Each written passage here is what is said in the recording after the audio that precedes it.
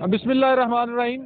آج کا long march کا پڑاؤ سرگودا میں تھا اور کوٹ مومن سے شروع ہو کر خیام چوک تک یہ پڑاؤ آیا، اور اس میں کتنے لوگ تھے اور وہ بیانیہ جو پچھلے کچھ عرصے سے عمران خان لے کر چل رہے ہیں، وہ بیانیہ اب کس حد تک مقبول ہے؟ اگر ہم آج سے کچھ عرصہ پہلے جو سرگودا اسٹیڈیم میں ایک بہت بڑا جلسہ کیا تھا اور جو عوام کا جو جوش اور جذبہ تھا اس کا کمپیریزن آج کے اس جلسے سے کریں تو وہ کس حد تک؟ ہمارے ساتھ آج نفاست حسنین صاحب ہیں ایکسپریس سے، اور اس کے علاوہ شانی بھائی ہیں سلمان معظم بول نیوز سے۔ ان سے پوچھتے ہیں کہ ان کی کیا رائے ہے، آج کیسا دیکھا آپ؟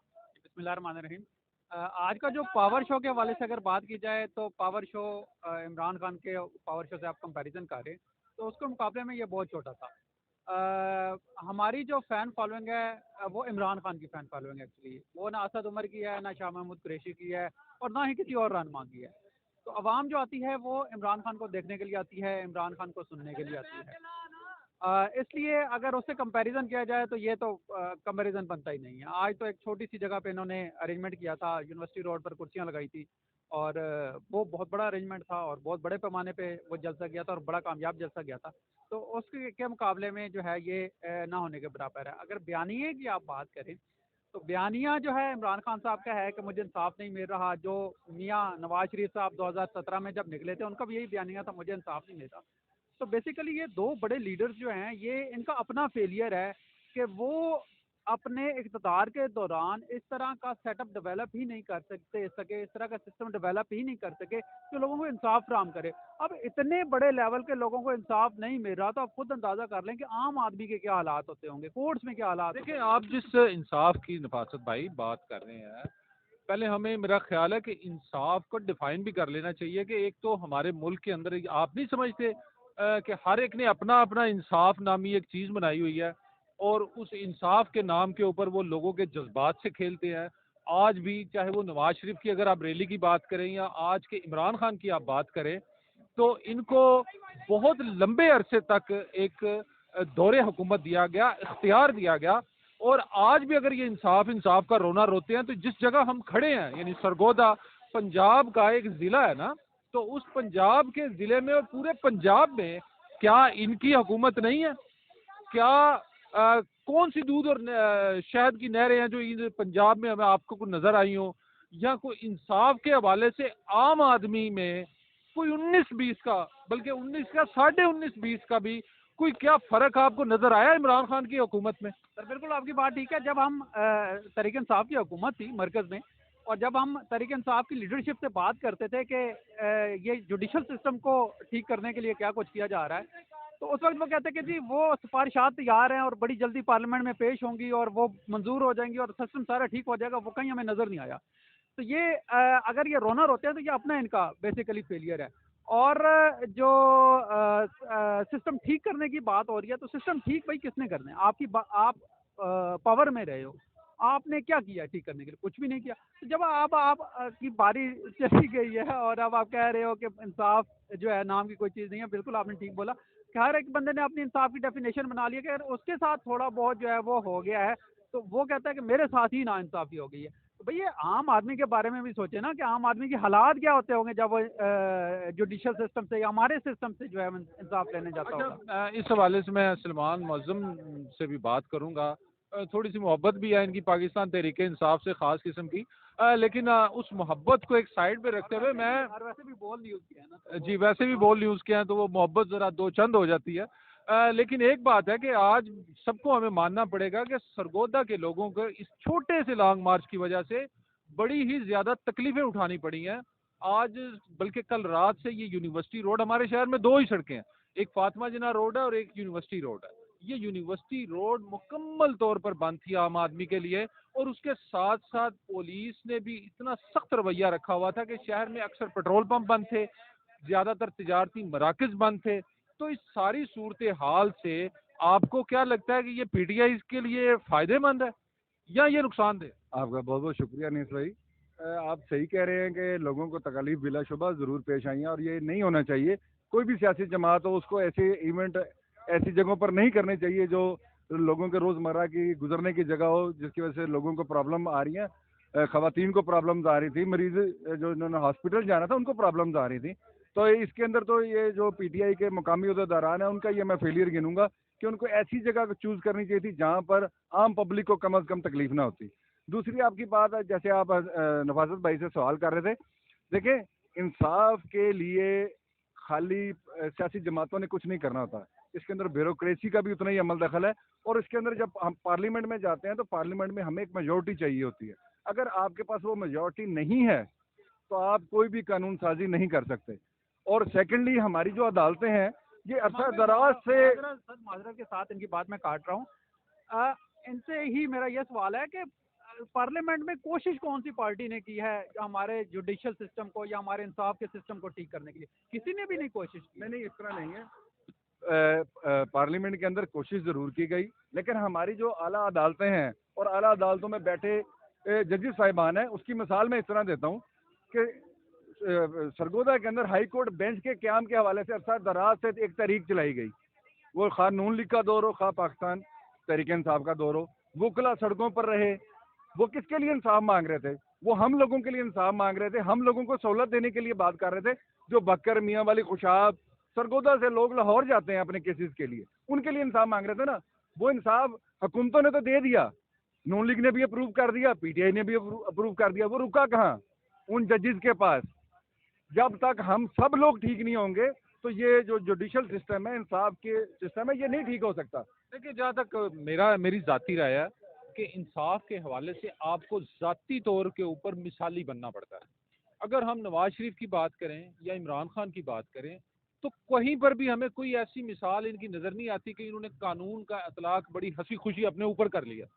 ہم ابھی یہاں پر بھی اعظم سواتی کا رونا رویا گیا، تو اعظم سواتی کی جب اپنی حکومت تھی اور اس نے جب وہ اپنے باڑ والوں کے ساتھ اور اپنے وہ غریب لوگوں کے ساتھ ظلم کیا تھا، اس وقت اس کو بھی قانون یاد نہیں آیا. ہم سب کو قانون اس وقت یاد آتا ہے جب قانون کی وہ لاٹھی بے شک غیر قانونی طور پہ ہوتی ہے، کیونکہ لا قانونیت میں پھر جس کا سر اس پہ پھر جھوٹے پڑنا شروع ہو جاتے ہیں. یہی جو میں پہلے بھی بات کر رہا تھا کہ انصاف کے حوالے سے جو ڈیفینیشن ہے وہ ہمیں کہیں متفقہ طور پر طے کرنا بہت ضروری ہے. اور میں آپ سے میں آپ سے ایک سوال پوچھنا چاہتا ہوں. یہ عمران خان صاحب کی ابھی اسپیچ ہوئی تھی، اس میں انہوں نے کہا کہ میں یو کے میں اپنا جو ہے وہ کیس جیو اور جنگ گروپ کے خلاف جو ہے وہ دائر کرنے لگا ہوں حد تک ایزر کا. کیا آپ کو لگتا نہیں ہے کہ یہ بطور اسٹیٹ ہمارا فیلئر ہے کہ ہمارا سسٹم ایسا ہی نہیں ہے کہ کسی کو انصاف دے سکے؟ یہ آپ بتائیے گا. جی بالکل. دیکھیں عمران خان صاحب جو ہے نا، ہمیں باہر جانا پڑے انصاف. جی بالکل، آپ کی بات بالکل بجا ہے. صرف عمران خان نہیں بلکہ یہ جو جتنے ہمارے سیاسی لیڈر ہیں نا، اس میں خاص طور پہ عمران خان صاحب نا ہمیشہ یورپ کی مثال دیتے ہیں.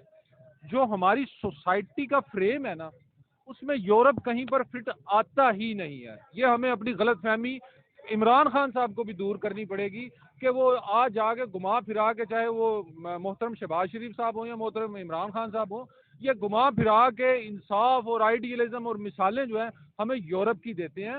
یورپ بھی کوئی اتنے اچھے حالات میں موجود نہیں ہے. جو ہماری سوسائٹی ہے، جو اس کا فریم ہے، اس میں جو انصاف کے حوالے سے ابھی بھی جو ہماری سوسائٹی سچ پوچھیے تو جس گئے گزرے حالات میں بھی ان سے بہتر رن کر رہی ہے بہت سارے معاملات کے اندر. لہٰذا ہمیں یہ نا ان سے ہماری درخواست ہے کہ ہمیں اس احساس کمتری میں سے نکالیں. ٹھیک ہے. اور بھائی یہ جو آپ لندن کی عدالت میں کر رہے ہیں یا انہوں نے جو آپ نے بات کہی بد اعتمادی کی، تو میرا یہی سوال ان سے بنتا ہے کہ 4 سالوں کے اندر انہوں نے کیا کیا اور انہوں نے باقیوں نے کیا کیا؟ یہ بڑی تکلیف دہ بات ہے. اور دوسری میں ایک آخری بات جو بڑی اہم ہے وہ یہ ہے، آج یہ آر پی آفس ہے آپ کے بالکل پیچھے، آج اس کے سامنے تمبو کناتے لگی، یہاں پر جلسہ عام ہوا.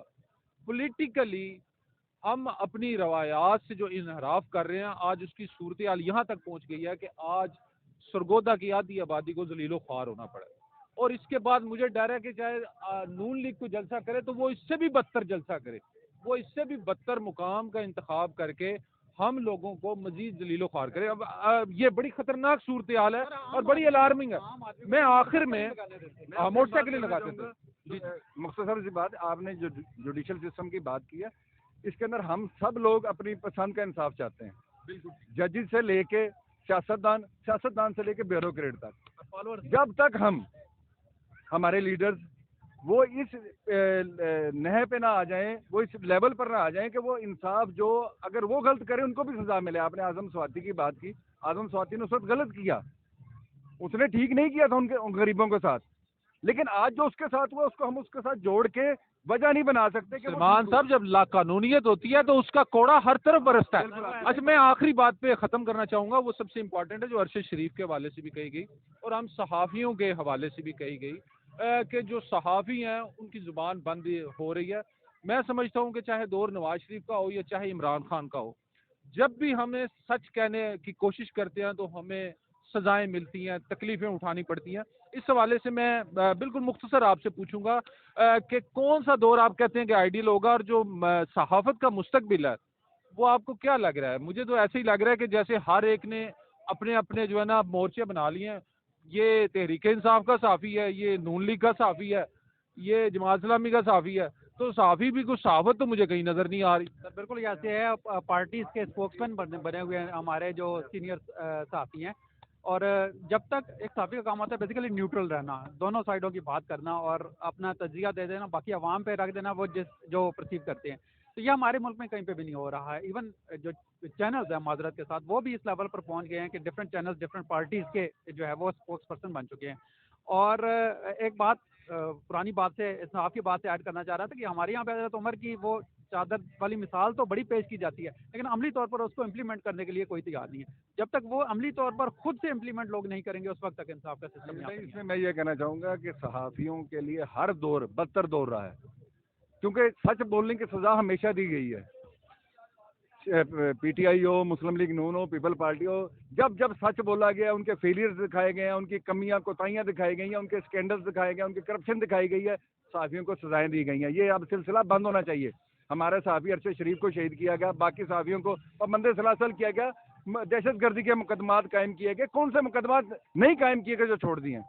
آج آپ یہاں پر سرگودا میں کھڑے ہیں, آپ یہاں پر کسی کے بارے میں کوئی اسکینڈل یا اس کی کرپشن کے بارے میں آواز بلند کریں گے تو آپ کے اوپر میں آپ کو پرسنلی جانتا ہوں کہ آپ ہمارے سینئرز ہیں اور اچھا کام ہم کر رہے ہیں, ہم آپ سے رہنمائی لیتے ہیں, لیکن آپ کے اوپر بھی دہشت گردی کے مقدمے بنا دیے جائیں گے. یہ سسٹم کون روکے گا؟ جو عدالتوں میں بیٹھے ججز وہ ارشد شریف کی والدہ کو 10 دنوں میں میڈیکل کی اس کی پوسٹ مارٹم رپورٹ نہیں دے سکے, یہ کون سا ہمیں انصاف دیں گے؟ اور اگر وہ ان کو نہیں دے سکے تو ہماری عوام کا کیا حال ہوگا؟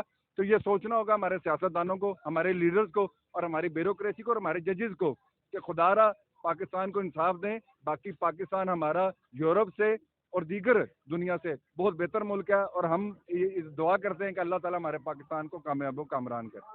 اچھا یہ جو صحافت کی بات کہی ہے, سچی بات ہے کہ سچی بات کرتے بھی اب ڈر لگتا ہے, لیکن ہم سچی بات کرتے رہیں گے, چاہے کسی کو اچھی لگے بری لگے, اور چاہے جھوٹ کے ساتھ جتنے بھی لوگ شامل ہو جائیں, ہم اپنی سچی بات جو ہے وہ چاہے اکیلے کھڑے ہو کے بھی کرنی پڑی وہ کرتے رہیں گے.